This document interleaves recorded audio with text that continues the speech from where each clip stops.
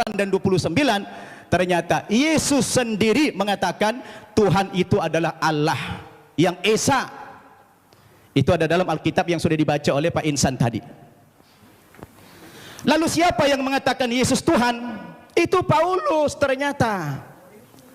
Yang mengatakan dia Tuhan itu Paulus, bukan Yesus.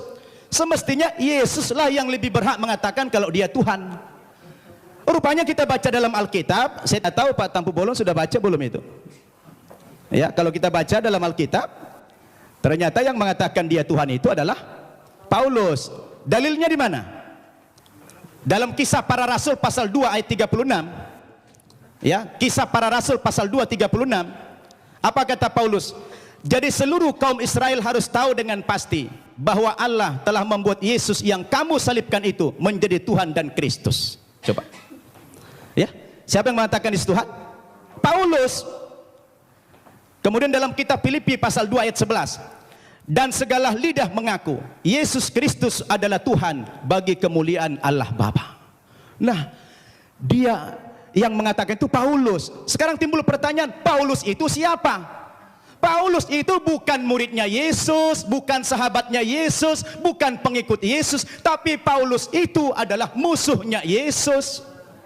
Nah, ini dia. Dan saya baca dalam Alkitab, ternyata aktor pendiri agama Kristen itu memang bukan Yesus. Yesus tidak pernah membawa agama Kristen.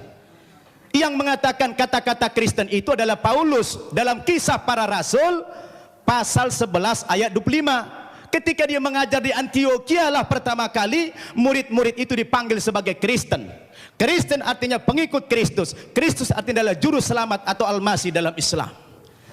Jadi Bapak Ibu yang saya muliakan, ini yang perlu kita jadikan sebagai alat ukur apakah Yesus Tuhan atau tidak. Kalau sudah kembali kepada Alkitab, saya pikir jelas semuanya. Maka kembali kepada kriteria yang tadi. Apa kriteria kebenaran sebuah kitab suci itu? Pak Insan setengah menit. Ya, sebenarnya kitab Wahyu yang menjadi rujukan beliau itu, udah. Wahyu kepada Yohanes itu mimpi. Bukan wahyu. Mimpi Yohanes di Pulau Patmos. Itu kan kata Bapak. Jadi mimpi panjang. Pak. Ya. Sebentar.